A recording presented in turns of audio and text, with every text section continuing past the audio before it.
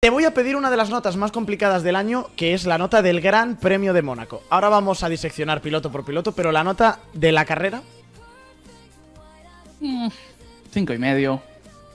5,5. Es que de hecho, el dato es que el top 10 terminan en el orden que empiezan la carrera. Eso es heavy, ¿eh? Y es verdad que, sobre todo a nivel de análisis, es de las carreras más fáciles de ver, porque claro, es que no se movió nada. Entonces es una carrera muy del punto A al punto B, pero bueno, es Mónaco. Pero yo todavía me doy por satisfecho porque es verdad que el principio fue un bonito tostón, pero como mínimo esas últimas 20 vueltas de Verstappen... la tensioncita y tal. Sí, que paró, que parecía que iba por Russell... hasta que no se quedó claro, ¿no?, que la posición en pista lo era todo y hubo un momento que dices, ostras, aquí parece que Mercedes se ha equivocado con Russell. Entonces las últimas 15-20 vueltas tuvieron ese pico de tensión que estuvo bien. Entonces yo con eso ya me doy por satisfecho, pero es Mónaco. Entonces está bien. Ahora tenemos un año para olvidarnos de cómo es el Gran Premio de Mónaco y así cuando volvamos la próxima vez nos hará ilusión porque es Mónaco, ¿no? Y cada año es la misma historia.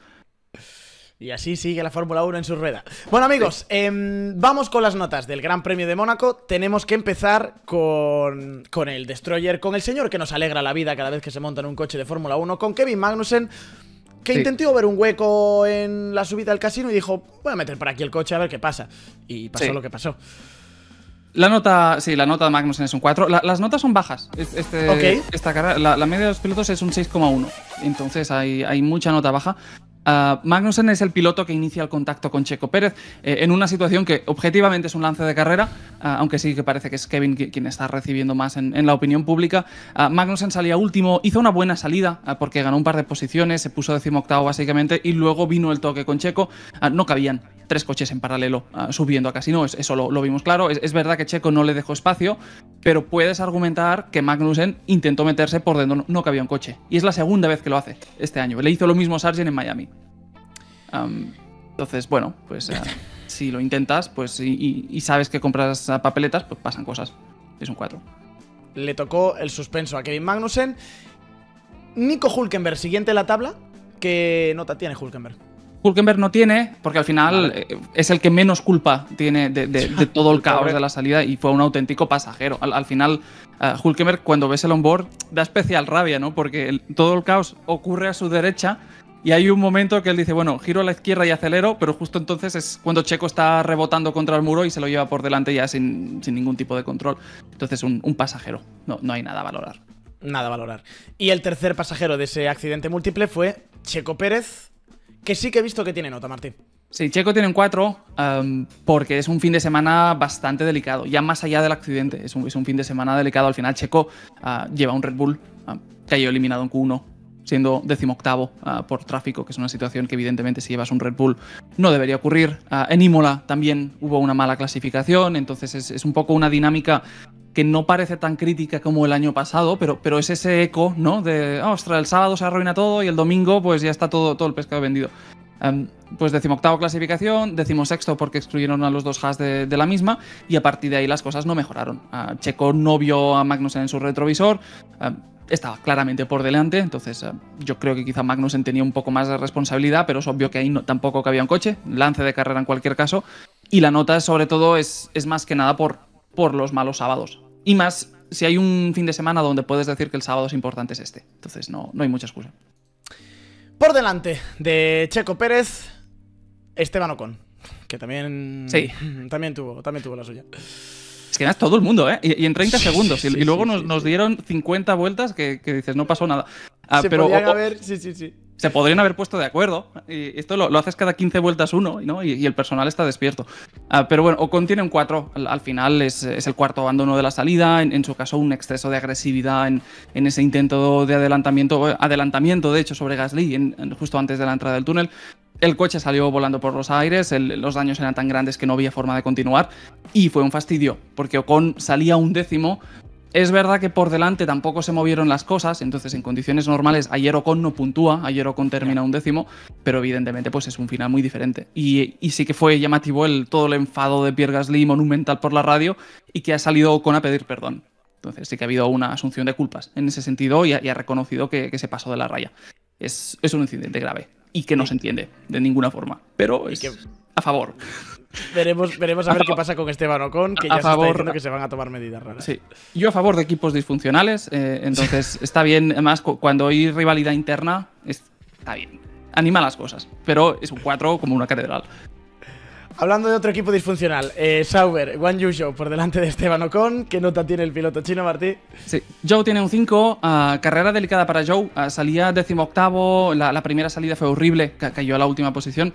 De hecho estaba tan atrás que cuando vimos esa repetición, ¿no? que se quedó atrás cuando el accidente múltiple, que vio pasar al medical car y los pudo esquivar a todos. De lo mal que había salido en este caso Guan Yu Zhou. Entonces, claro, como hubo una segunda salida y hubo abandonos por delante, pues ya en vez de ser 18º, la segunda salida la hace 16º y ya está. Se pasó toda la carrera atrapado en un tren de DRS con neumáticos duros. Ese 16º se transformó en 15º cuando Bottas estaba en otra estrategia y luego con el pinchazo de Stroll en un 14º. Más adelante deja pasar a Bottas de modo que vuelve a caer a la 15ª posición y a unas 10 vueltas del final sí que tuvo un despiste. Zhou estaba dejando pasar a los doblados y ahí se le coló Logan Sargent con el Williams y esto lo acabó de relegar a la 16ª posición. Entonces, bueno, poca cosa más hay que decir. Terminó con un stint final en blandos por si salía un coche de seguridad, no lo hubo. Es un 5 y carrera absolutamente anónima. Lo has dicho, terminó Logan Sargent por delante de él, adelantando incluso en pista en Mónaco. Ojo, cuidado. Sí. Eso es un 10, ¿no? Para Logan. No. Hay gente que me lo pide, pero poca coña, pero no. La nota es un 5. A ver, fue una carrera gris. Es verdad que con ese adelantamiento Zhou, que es mucha picardía, quedó muy bien, ¿no? Y dices, ostras, qué guay. Sobre todo de un piloto que normalmente no le vemos lucirse de esta forma. Entonces sí que fue bonito verlo. Pero la carrera en sí fue delicada. Al final Logan cae en Q1 mientras que Albon llega a la Q3, clasifica 17º, con los abandonos de los Haas sale 15º, con el abandono de Ocon en la primera salida queda 14º. Ya en la segunda salida pues se empiezan a ordenar las cosas. Bottas le pasa, entonces cae a la 15ª posición, pero como Bottas está haciendo otra estrategia, Logan vuelve a la 14ª. Con el pinchazo de Stroll es 13º, Bottas acaba volviendo a entrar en carrera hasta 14º. Y ahí es verdad que Sargent hizo una estrategia distinta, porque Sargent salió con duros, no cambió neumáticos durante la bandera roja, por lo que tuvo que parar en condiciones de carrera. Acabó parando en la vuelta 70, puso neumáticos blandos y eso es lo que lo echa para atrás. De hecho, poco antes de la parada Stroll ya lo había pasado porque Logan estaba en las últimas del neumático, de modo que ese stint final contra Zhou queda muy bien en televisión. No, sí, o sea, objetivamente es una situación inútil a nivel de carrera porque te destroza la posición. Si hubieras cambiado neumáticos, pues quizá no hubiera hecho falta adelantar, pero seguramente no confiaban que pudiera durar tanto. Entonces, bueno, un 5, pero estuvo bien ver el adelantamiento. Por delante de Logan Sargent, Lance Stroll, que se empeñó en romper la estrategia que estuvo haciendo Fernando Alonso para el equipo Aston Martin. Sí, y Lance tiene un 4. Lance iba ayer camino de ser un 10º en un día en el que, como dices, pues tiró del carro de Aston Martin, tuvo a Fernando trabajando para él y estuvo haciendo bien las cosas, pero cometió un fallo de pilotaje y tocó muro.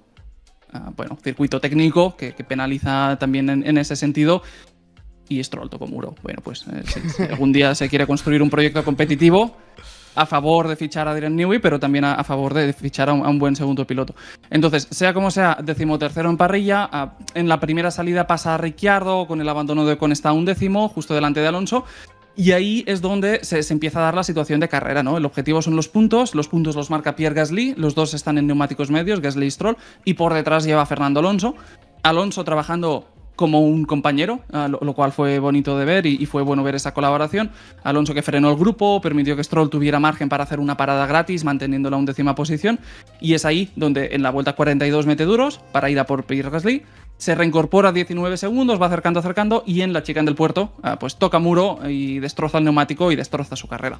Entonces pasas de un potencial 10º que quizá no hubiera salido, pero como mínimo hubieras hecho una carrera de principio a fin muy sólida, pues pasas de esto a verte último y al final sí que con gomas más frescas pues pasas a Zhou y Sargent, pero esto no sirve de nada. Entonces es un 4. Es un más o menos 7 posiciones. O sea, quiero decir, es una pérdida de todas. Y que sabe mal, ¿no? Porque al final es una situación en la que se invirtieron mucho los papeles y no se suele dar el escenario en el que tú veas tan claramente a Alonso trabajando de compañero número 2, ¿no? Y asumiendo ese papel. Y fue un fallo tonto. pero fue un fallo. Y en Mónaco se pagan mucho. Por delante de Lance Stroll, Valtteri Bottas. Le veo una nota alta a Bottas. Hizo buena carrera. Bottas tiene un 7, ¿eh? Ok. Bottas salía 17º, terminó 13º, recuperó 4 posiciones. 2 son los abandonos de Checo y de Ocon, pero también hay posiciones en pista sobre Sargent y Stroll. Entonces, está bien. Visto lo visto, es una buena recuperación y seguramente es la recuperación del día. Bottas salía 17º, con el accidente de la primera salida y los abandonos se vio 15º. En la segunda salida pasó a Stroll para ser 14º, y ahí es donde Sauber optó por hacer algo distinto con la estrategia de Bottas, porque Bottas, en vez de hacerse 75-77 vueltas de neumático, lo que hizo fue que sobre la vuelta 15 paró otra vez y puso un segundo juego de duros usados para ir hasta el final. Con esto cayó otra vez para atrás 16º, pero con el pinchazo de Stroll es 15º. Joe le dejó pasar, hubo colaboración ahí dentro de Sauber, y con esto Bottas fue 14º, y ya en pista pudo adelantar finalmente a Sargent para ser 13º. La estrategia funcionó, no había margen para mucho más, pero vistas las cosas como estaban en Mónaco, es una buena carrera y no podía salir mejor, es un 7. Siguiente en la lista, el renacido, el que dice que las calles son suyas. Perdón, pero es que cuando juegas ciertos memes a veces te pueden rebotar. Daniel Ricciardo, otra vez, desaparecido, Martí. Sí, es un 5, pero sobre todo es el contraste con Yuki Tsunoda, ¿no? Que Tsunoda, recordemos que ayer pues terminó octavo, Ricciardo terminó 12º. Empezó y terminó en la misma posición, entonces no tiene mucha historia. Al final, eliminado en la Q2, Tsunoda se metió en Q3, clasificó de hecho 13º, pero con la descalificación de uno de los Haas que salía por delante lo tuvimos 12º, y a partir de ahí a correr. En la primera salida le pasa a Stroll, con todos los accidentes que ocurren mantiene la 12ª posición, y ahí falló, porque también en esa segunda salida le acaba pasando Fernando Alonso, lo relega a la 13ª posición, y ahí termina su carrera. Daniel Ricciardo estuvo haciendo la carrera a rebufo de Alonso. De hecho es que se tira 77 vueltas a distancia de DRS prácticamente de Fernando Alonso, pero no puede progresar. Esa 13ª posición pues se transforma en 12ª cuando Stroll tiene el pinchazo, pero no hay mucho más. Entonces es un 5, carrera gris, y la comparación contra Tsunoda, que estuvo liderando desde delante por haber hecho una buena clasificación, pues esa comparación queda ahí. Fernando Alonso, justo por delante de Daniel Ricciardo, en un fin de semana que prometía mucho después del viernes, con una clasificación terrible y con una carrera maniatada por la posición de clasificación. ¿Nota de la carrera de Fernando Alonso? Es un 6. Carrera difícil, carrera honesta, yo creo, ¿no?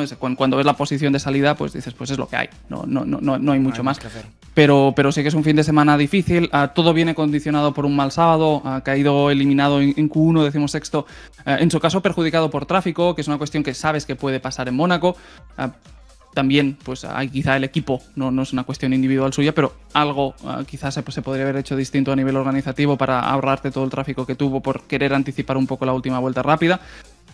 Sea como sea, con el accidente de Ocon subió la 13ª posición para la segunda salida, ahí pasa a Ricciardo, que perdió posiciones, ahí lo tienes 12º, y se quedó básicamente atrapado detrás de Stroll unas 40 vueltas. Evidentemente no vas a pelearte contra tu compañero en estas condiciones, entonces Alonso, como hemos dicho, lo que hizo fue descolgarse, crear ese hueco extra para que Stroll pudiera parar, salir todavía un 10º e intentar ir a por Pierre Gasly, que estaba marcando la zona de puntos.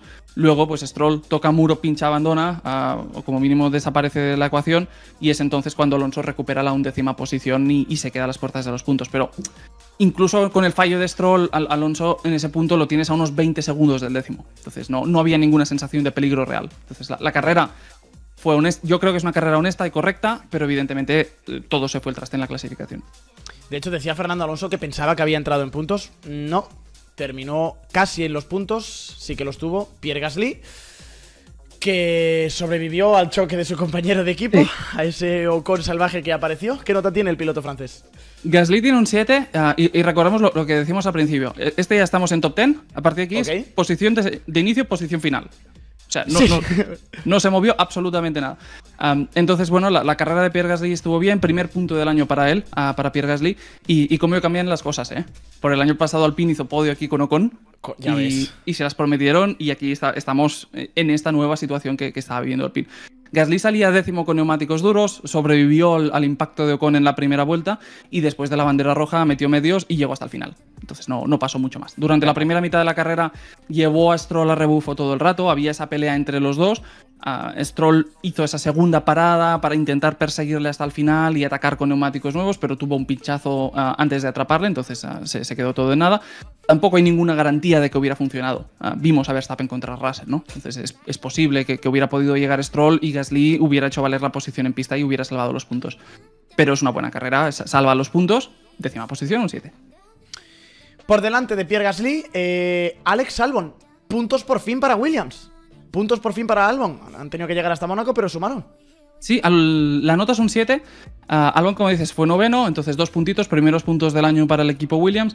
Clasifica, termina en 9ª posición, salió con medios, puso duros en la bandera roja y de ahí hasta el final. Pasó la carrera atrapado en el DRS de Tsunoda. Tsunoda iba muy lento, o como mínimo, obviamente, pues no tenía el ritmo de los líderes. Y ahí los coches de la zona media sí que se generó como esa LMP2, ¿no? Con esa distancia muy evidente hacia los líderes. Albon estaba a tiro, en este caso de Tsunoda, pero no llegó a tener la oportunidad, y solo a 5 vueltas del final realmente se permitió levantar un poco el pie y dosificar en los esfuerzos hasta línea de meta, pero hasta el final de la carrera prácticamente lo tuvimos ahí. Entonces, bueno, unas 70 vueltas muy cerca de Tsunoda, pero esto es Mónaco, entonces no hay mucho más. Por delante de Alexander Albon, Yuki Tsunoda, y lo que tú decías, Martí, la comparativa contra Ricciardo empieza a hacer daño.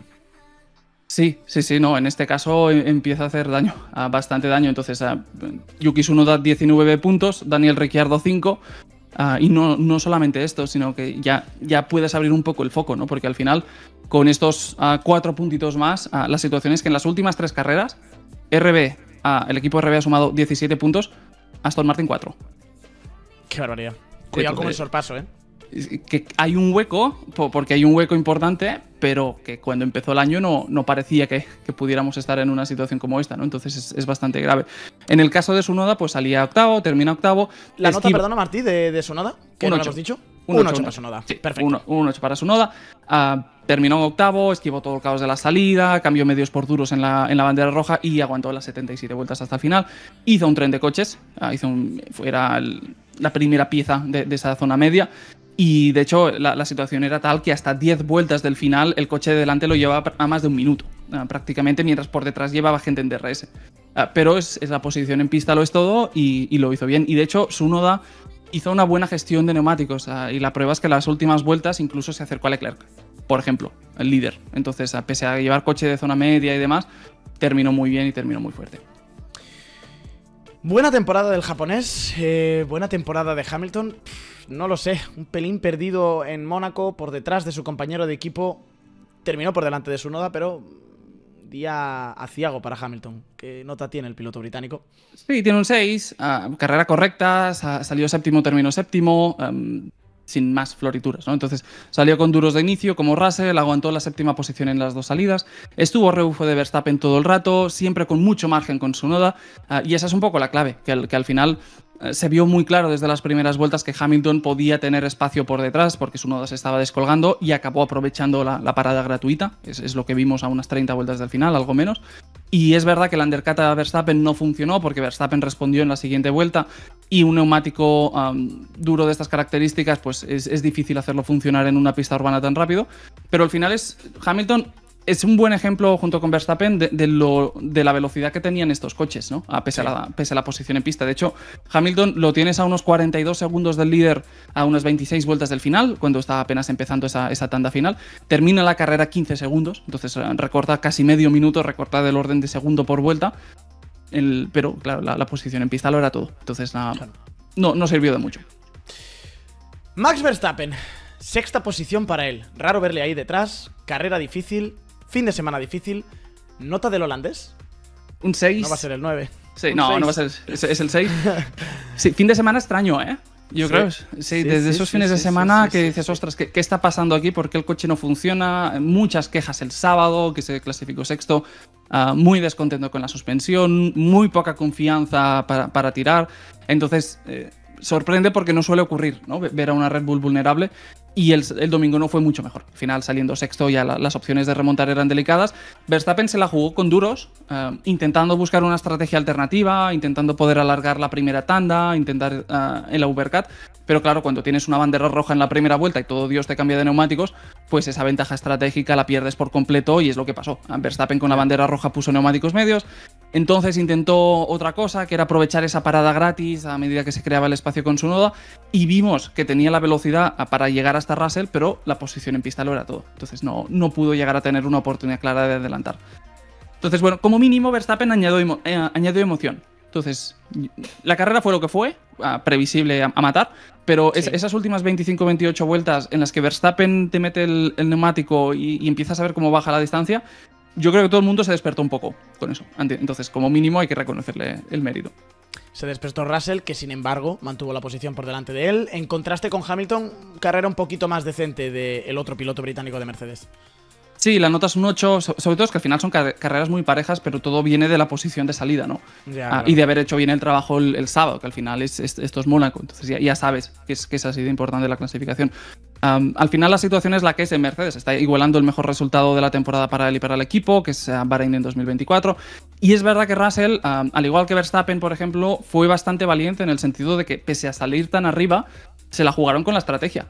Russell, saliendo quinto, se la jugó con un duro directamente, que es algo que quizá en el manual, ¿no? En otro circuito nunca harías, porque dices, ostras, estás demasiado arriba y perderás mucho en la salida, pero quizá viendo que solo tienes 200 metros hasta la primera curva, pues lo puedes hacer.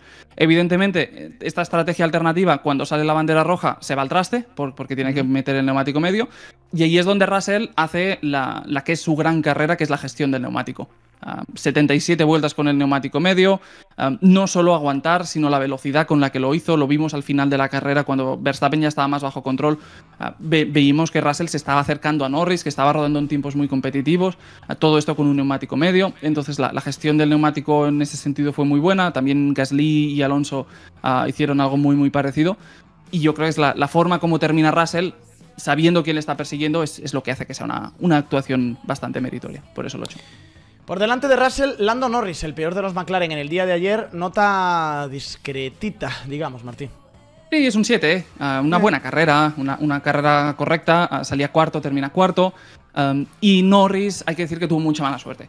Norris tuvo mucha mala suerte con la bandera roja, porque evidentemente la bandera roja es lo que permite que Sainz recupere la tercera posición. Sin la bandera roja, Sainz se ha ido de pista, sabes que no va a puntuar en esa carrera, y todos sabemos que Norris termina tercero. Entonces, esa bandera roja le arruina el podio de Lando Norris y le obliga a volver a ser cuarto en la segunda salida, y a partir de ahí pues hizo toda la carrera en DRS de Carlos Sainz. Siempre mirando de reojo la quinta posición de Russell, ¿no? Por si podía haber espacio para una parada gratuita o no. Ferrari es algo que también cubrieron, intentaron ralentizar para que no se abriera ese hueco. Finalmente no llegó a ser el caso, Norris llegó hasta el final, pero lo dicho, hemos visto el Verstappen contra Russell. No hay ninguna garantía de que Norris, parando y poniendo un neumático nuevo, hubiera podido pasar, porque quizá Sainz podía defender la posición. Entonces tuvo mala suerte con la bandera roja. Y vamos de más, vamos a los demás, vamos al podio. Sainz, Piastri, Leclerc. Ese es el podio. Primero en discordia, tercera posición, Carlos Sainz, en un fin de semana en el que no estuvo a la altura de su compañero de equipo. Sí, y que fallaron algunas cosas. La nota de Sainz es un 6. A pesar del podio, salió tercero, terminó tercero, y es un podio bueno, con lo cual es un buen resultado. Pero sí que se percibió una cierta falta de confianza, ¿no? Que se arrastra de varias carreras. De hecho, ya van 4 carreras consecutivas que Leclerc le está superando, y en la clasificación de Mónaco se notó también falta de confianza con el neumático blando, 0,25 de distancia contra el compañero. Entonces falta un punto ahí de conexión con el coche que estaba ahí al principio de la temporada, y que por lo que sea estas últimas 3-4 carreras no está ahí. Y eso se está viendo en los resultados, y sobre todo en las sensaciones más que en los resultados. Y luego en carrera, pues saliendo tercero, las opciones eran las que eran. Le disputó la segunda posición a Oscar Piastri en la primera salida, que estuvo muy bien. Ahí tuvo un toque y un pinchazo. Tuvo la suerte en este caso con la bandera roja, que le permitió compensarlo y meter otro juego para volver a la carrera y conservar la misma posición. Y después de la segunda salida, ningún problema. Tercero hasta el final, gestionando en todo momento la diferencia contra Norris, gestionando en todo momento la diferencia contra el quinto clasificado por si Norris tenía espacio para parar. La gestión estuvo muy bien, pero falta un punto de confianza. Y sobre todo, es que Leclerc voló mucho este fin de semana. Entonces la comparación estuvo ahí. Segunda posición, Oscar Piastri, que la perdió por la sanción en Imola. y aquí la ha mantenido. ¿Qué nota tiene el piloto australiano, Martí? Apretando a Verstappen por la victoria, sí, apretando a Leclerc intentándolo por la victoria. Piastri tiene un... pues aquí no sé hablar. Piastri tiene un 9.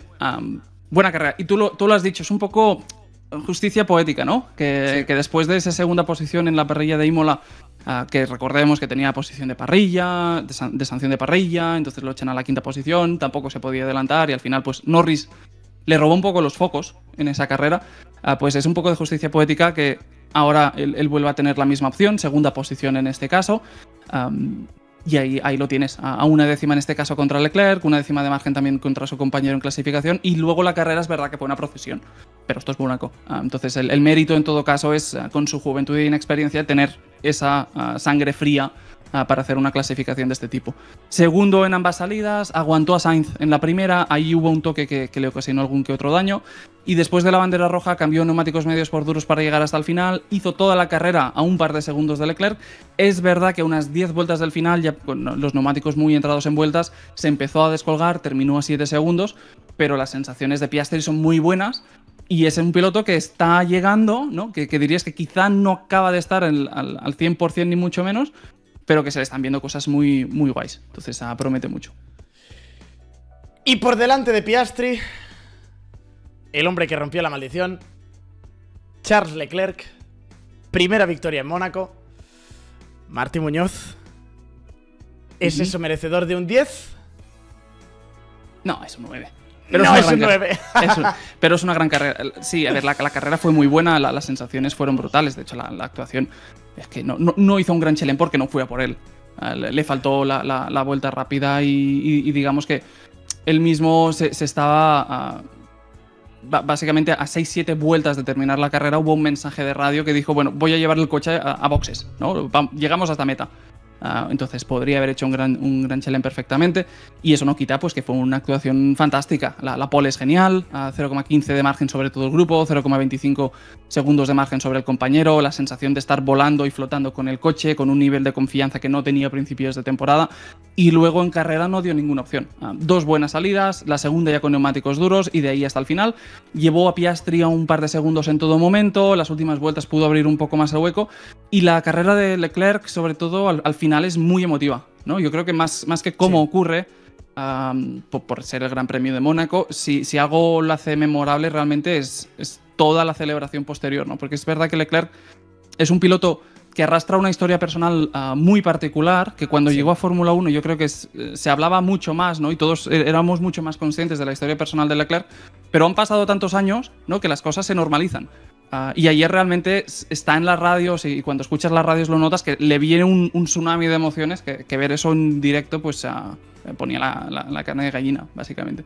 La nota es un 9, es un carrerón y es que no dio opción. No dio opción. Pero no es un 10 porque al final es pole y mantener la pole en Mónaco. Una carrera inmejorable, pero no sale 15º y acaba ganando la carrera. Es que el 10 está muy cotizado en su motor, amigos. Es que el 10 está muy cotizado. El 10 está muy cotizado. Sí, bueno, a ver, es una carrera que evidentemente la vamos a recordar porque que un monegasco gane en Mónaco no pasa siempre, ¿no? De hecho, no había pasado. Entonces es obvio que lo vamos a recordar. Para mí es más un 9 que un 10, pero sí que es una victoria que al final es simbólica y que tenía que llegar, ¿no? Al final Leclerc está como predestinado, realmente. O sea, su historia personal, si esto fuera una película, este señor nació para ser campeón del mundo, ¿no? Sí. Por todas las cosas que han ocurrido a lo largo de su juventud.